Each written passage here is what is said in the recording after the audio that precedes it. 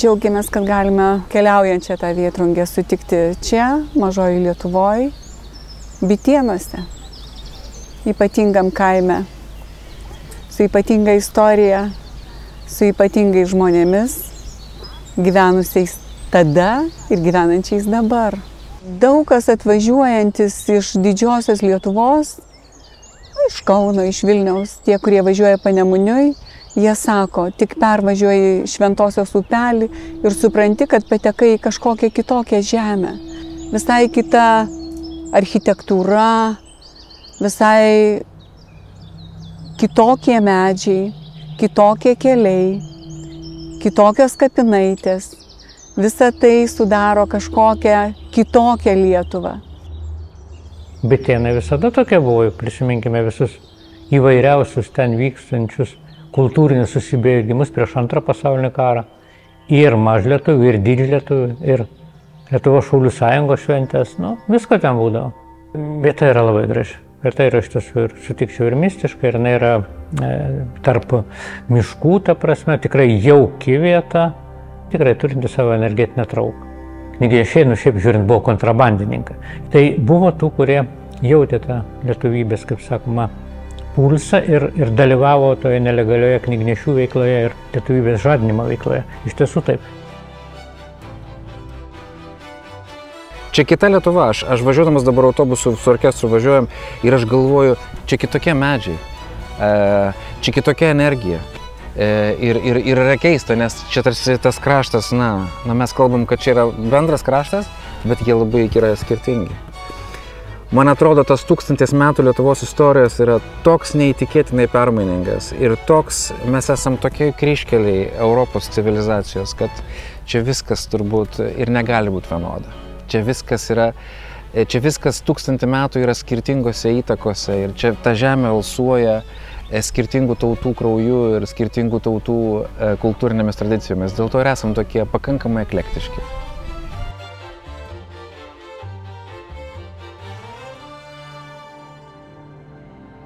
Ta mažoji Lietuva ir yra žmonės, kurie gyvena nelietuviškoje valstybėje arba ne Lietuvos valstybėje, ne Žemaitijoje, ne dar kažkur, bet jie gyvena šitoje vietoje, toj valstybėje, kuri, kelis šimtus metų iš tikrųjų yra tos užkariautos teritorijos evoliucijos rezultatas. Dabar, jeigu bandyti apibendrinti, kas tas buvo mažosios Lietuvos žmogus, taip jis daugiausiai buvo turbūt valstietis, kuris dirbo žemę, kuris buvo dvasiškai turtingas, kuris lankė bažnyčią, vaikus leido į mokyklą, kurioje buvo ir pamokos dar iki to germanizacijos spaudimo lietuvių kalba. Ir iš tikrųjų šitam kraštui būdingi, kalbant apie Lietuvos žmonės, būdinga turbūt tai, kad jie buvo šviesūs žmonės. Žodžiu, kalbame, kad čia yra žmonės, kurie kalba, mąsto, rašo ir kitus dalykus daro, tarkim, leidžia knygas, būtent ir lietuvių kalba. Ne vien tik tai lietuvių, yra ir kitos tautos, bet lietuvių kalba šiuo atveju mums yra svarbi. Kuo jie skiriasi? Visų pirma, šitie žmonės buvo protestantai, ten buvo katalikai. Jau tas formuoja, sutikim, protestantai, liuteronai, evangelikai yra laisvesni. Jie šiek tiek vis tiek kitokie, kitaip priima tikėjimą ir įvairius dalykus. Yra kitas momentas, yra kraštovaizdis. Vis tik tai, kalbant apie vieną ir kitą Lietuvą, didžiąją arba mažąją Lietuvą, kyla tas klausimas toks, ar jie ekonomiškai buvo panašus. Jie buvo pakankamai skirtingi. Tai yra Klaipėdos krašto ūkininkai pakankamai atsargiai ir šiek tiek su tokiai rezervuotai žiūrėjo į tai, kaip ūkis laikosi arba kokia yra ekonomika Lietuvos valstybėje. Ir jie sakydavo, ten yra Rusija. Dėl to, kad 20 amžiaus pradžioj, aš kalbu jau po trečiojo padalinimo, iš tikrųjų tengi Rusijos vakarinė siena praėjo ir didžioji dalis Lietuvos pateko į ją. Tai vat aš galvočiau, kad tie skirtumai, jie nėra esminiai, bet jie buvo pakankamai svarbus santykiuose tarp lietuvių, šiuo atveju nesvarbu, ar tai bus žemaičiai ar kiti lietuviai, ir šito krašto mažlietuvių.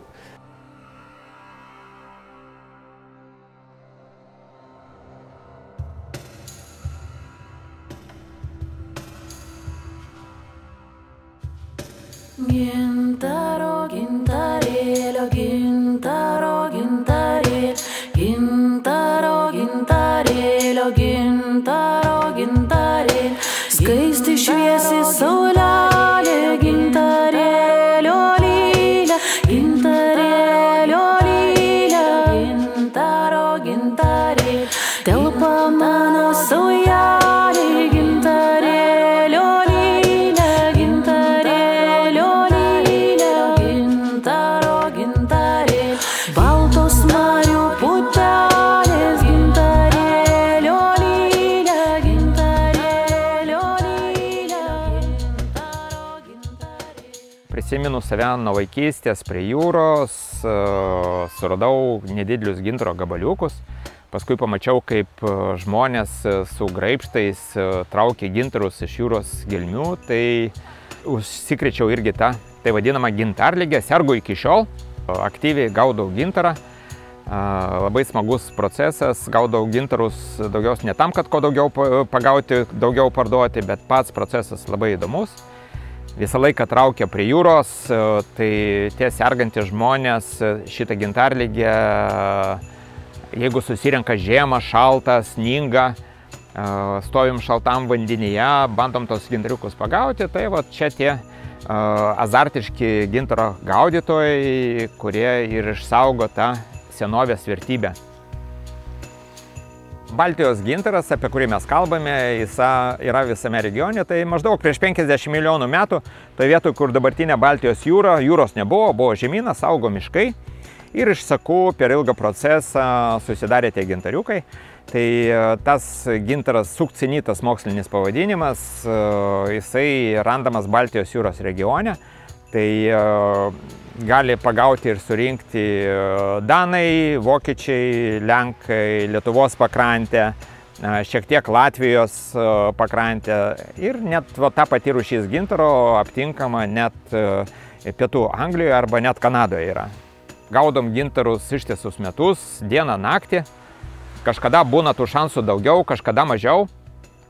Bet tų šansų ir vakar buvo, šiandien yra, rytoj bus. Tai gintariukų Baltijos jūroje yra daug. Prie tam tikrų oro sąlygų tų gintariukų pasirodo daugiau arba mažiau.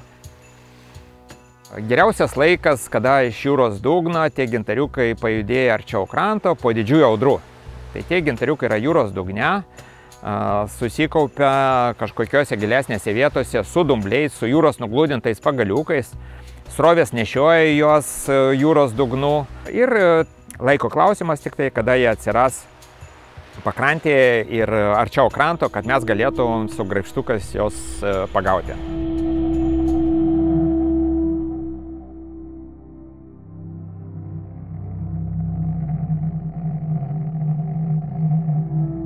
Gintaras, nes gina. Pirmas dalykas, kuris krenta į ausis, yra lietuviškas žodis ginti. Jau akmens amžiuje žmonės naudojo gintarą, labai dažnai skridinių pavidalų. kaip magiškos galios šventą artefaktą. Archeologai randa ne tik tai gražiai apdirbtų, nugludintų dirbinių, bet ir elementariausių, nešlifuotų, pavadinkim visai negražių, gabalų su skylute.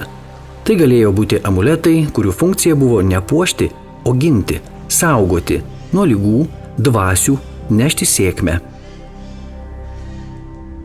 Gintarą aukodavo dievams, jis buvo dedamas kūdikiams į lopšį, imamas į karą, su gintaru buvo ir tuokiamasi, ir laidojama. Gintaras priartino vidurio, pietinę Europą prie Baltijos. Arba atvirkščiai, mus padarė, tai yra tas baltų gentis ir visų pirma prūsus, ir visų pirma sembus, kurie gyveno Sembų pusiasalyje, kur buvo didžiausios gintarų kasyklos, suartino su įvairiom Europos vietomis. Tai pirma tezė, kuri būtų, gintaras pakvietė, tarkime, Romos imperijos žmonės pirklius pirmiausiai iki Baltijos ir galbūt kažkiek ir patys sembai arba baltai irgi galėjo keliauti. Bet tai netiek svarbu, ar jie patys keliavo daug pirkliai, bet faktas, kad žinia apie tai, kad čia gyvena tokie aiškiai, 98 metais buvo įtraukta ta žinia į Tacito veikalą Germaniją. Tai gintaras mus padarė žinomus, sakykime, platesniajam Europos pasaulyje. Jis yra vertinamas Romos imperijos ir labai vertinamas dėl išskirtinių savybių ir tokių specifinių savybių. Nes žiūrėkite, auksas nieko čia naujo. Romėnai turi to aukso, jo yra daug. Kiti brangieji metalai nieko naujo, romėnai yra šalia artimųjų rytų, šalia rytų, o štai gintaras ten jo, kaip aš jau minėjau, nėra prie Viduržemio jūros. Tai, lietuviai greičiausiai 19 amžiuje romantiniais laikais, tais romantizmo gintarinė Baltija, Baltijos gintaras, pagaliau ir verslas, Klaipėdos krašte, čia Bekerio kompanija, Juodkrantėje vyksta didžiulį verslą. O atvirai šnekant, gintaro visai neblogų gabalų dar būdavo galima rasti 84 metais kasant Mukrano tarptautinę jūrų perkelą. Tai irgi ten beje buvo ir čia jau žinoma, ne patys ieškotojai ieškojo, bet valstybė organizavo ten tam tikrų gintarų klodų kasimą. Tai susidaro tas romantinis įvaizdis, kaip minėjau, gintarinė Baltija, Baltijos gintarėliai.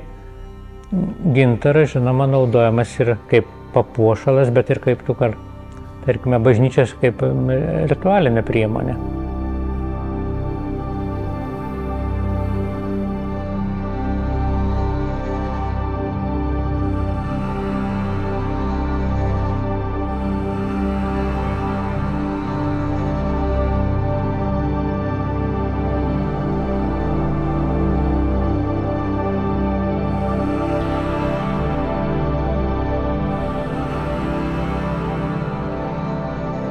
Pirmas medinis švyturys Ventės rage pastatytas 1837 metais. 1860-aisiais pastatytas va šitas mūrinis, lyg raudonas šauktukas, perspėjantis apie baisiausią marių vietą Seklumą, kurią, pasak legendos, supylė Liekų milžinas. Pasak legendos, Ventės ir Liekų milžinai dalinosi vienu kirviu, mėtydami jį vienas kitam. Liekų milžinas paseno, nusilpo, kirvis taip toli ir taip taikliai nebeskrido, pabūgo senolis, kad paskandins bendrą turtą. Todėl ėmė pilti pylimą, kuriuo kirvį į Ventę nešte atneštų. Bet prijuostė plyšo ir pylimas liko nepabaigtas. Keli kilometrai iki Ventės tebuvo likę. Ir švyturys ir Sekluma nesusprogdinti. Galite lankytis. Kur esam. Vienoje lankomiausių Lietuvos vietų, taigi Ventės ragas, visiems žinoma vieta ir čia žmonės atvažiuoja, juk ne marių pažiūrėti praktiškai. Dalis ir marių atvažiuoja pažiūrėti, bet atvažiuoja mūsų darbo pažiūrėti. Kaip gaudom paukščius, kaip žieduojam, gaudiklių, ir visa kita. 100 metų, birželio 1 buvo 100 metų, kaip šitam švytury pradėjo dirbti Ventės rago švyturio prižiūrėtojas Mikas Posingis. Ir ką, jis po 24 metų ir 29 jo iniciatyva buvo čia įkurta paukščių žiedavimo stotis. Tai lygiai 95 metai jis laišką Tadui Ivanauskui parašė, kad čia reikia žieduoti paukščius ir nuo to laiko visi mes ir dirbam. Simbolinė reikšmė, bet kol švyturys gyvas, tol ir mes čia gyvuosim viskas. Juk dabar visi tuose laivuose turi įrangą, kuri metro tikslumu parodo ten, kur kaip kas yra. Bet vis tiek pamirksi ir žmonės džiaugiasi tuo iš tikrųjų. Ir rūpinamės mes jo. Ir čia vienintelis švyturys Lietuvoje. Nu, jis aišku seniausias Lietuvoje. Aišku, skirtingos datos, ten vieni taip sako, kiti taip, bet realiai 1862-63 pabaigtas statyti. Ir vienintelis švyturys, kuri dieną naktį gali laisvai įlipti. Tai va ir primečiau, paskaičiavau, per paskutinius 30 metų į mūsų švyturį įlipo kokie 3 milijonai žmonių. Nemokamai. Jis vienintelis toks išlikęs nuo pamatų iki pat viršaus, nieks nekeista. Tokia Klaipėdoje senesnė, tu tik pamatai senesnė, ar Nidoje tik pamatai lygia. O viskasgi perstatyta yra tais laikais va jau. O čia viskas va.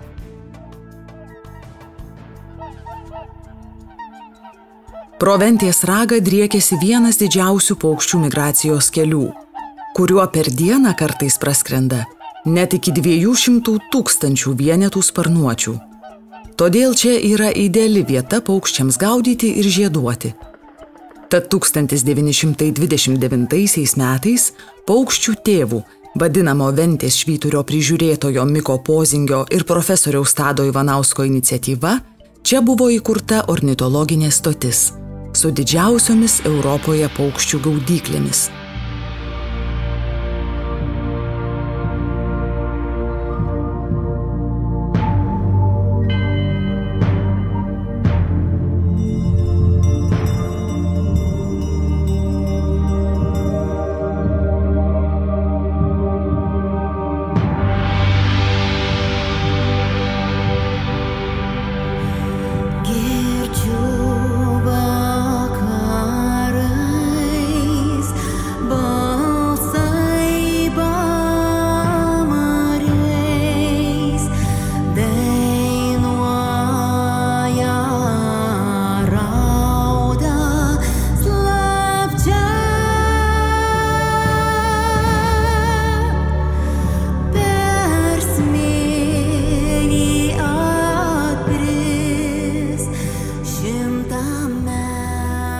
Lietuviams yra nebūdinga jungtis. Aš nežinau kodėl. Aš važiuoju po pasaulį ir stebiuosi tautomis, kuriams taip būdinga jungtis ir rinktis, pavyzdžiui, vakarais pasikalbėti, išgerti arbatos, išgerti taurę vyno, pabūti kartu ir jiems yra gera būti daug žmonių apsuptyje. Lietuviams yra gera būti atskirai. Aš negaliu pasakyti kodėl. Aš 15 metų esu apsėstas dėl bendruomenės auginimo ir dėl to, kad bendruomenė augtų ir kad žmonės domėtųsi kultūra ir kad kultūra darytų įtaką žmonių vystymuisi ir visam socialiniam suvokimui ir viskam. Man tai labai svarbu yra ir aš matau, kaip tai sunku. Bet jeigu kalbėti apie kaip sujungti du krantus, tai reiškia žmonės gyvenantis vienam krante ir žmonės gyvenantis kitam krante turi norėti susitikti. Tai jie turi sakyti, klausyk, aš taip noriu tave pamatyti, tu žinai, tu toks fainas žmogus, žinai, aš taip myliu tavo šeimą, gal jūs galėtumėte atvykti pas mane. Bet juk lietuviams tai nėra būdinga. Ar vėtrungė gali būti susijungimo simbolis? Vėtrungė yra žiauriai gražus simbolis. Ar jisai bus žmonių susijungimo simboliu, aš didelės abejonės turiu, bet pati idėja, man atrodo, yra begaliniai graži.